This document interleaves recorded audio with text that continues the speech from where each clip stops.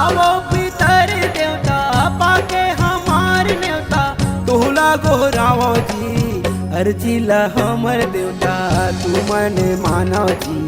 माने मनवा पितर तू मने मानव जी माथा नवावत हो सेवा बजावत हो अर्जी हमार मानव जी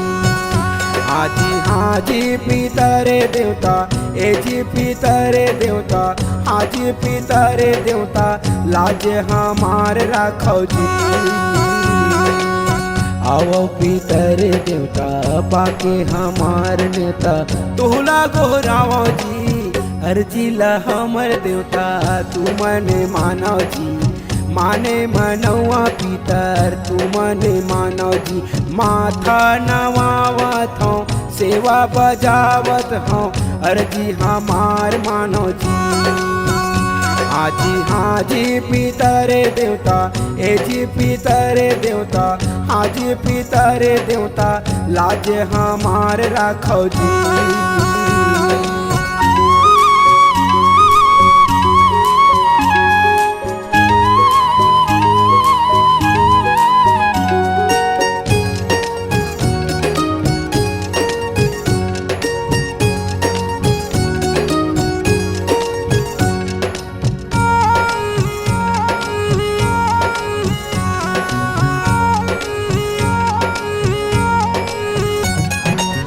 पितर परब तू लहे अर्पण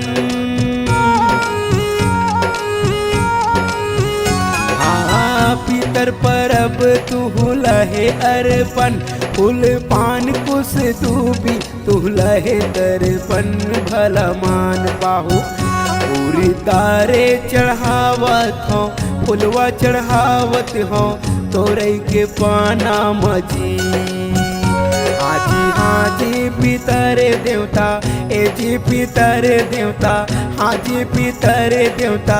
अर्जी हमार मानव जी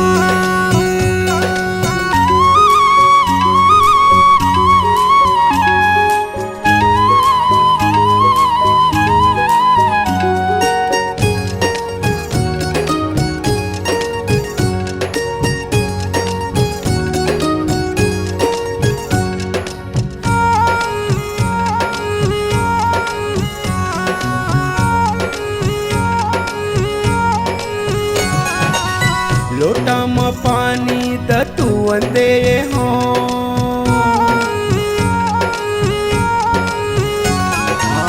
लोटा में पानी दतुअन दे हो बैठे बर पिड़वा दे हो ये चौक पूरे हो पितर मान पाहु ये दे डंडा शरण होके पसर में पानी देके तुहला मनावत हावो जी हाजी बुढ़ी दाई हाजी बुढ़ी दाई हाजी काका दाई बाबा संग आवत होई जी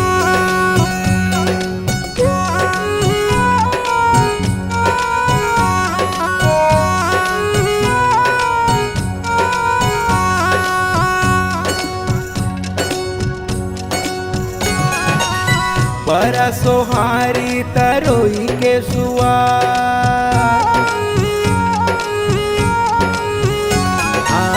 बड़ा सोहारी तरोई के सुआद रांधे हाव कुकरी मछली अंडा योदार भात भला मान पाहु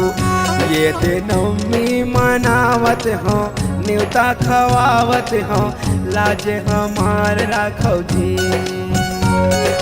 हाजी पितरे देवता ए जी पितरे देवता हाजी पितरे देवता माने हमार राखो जी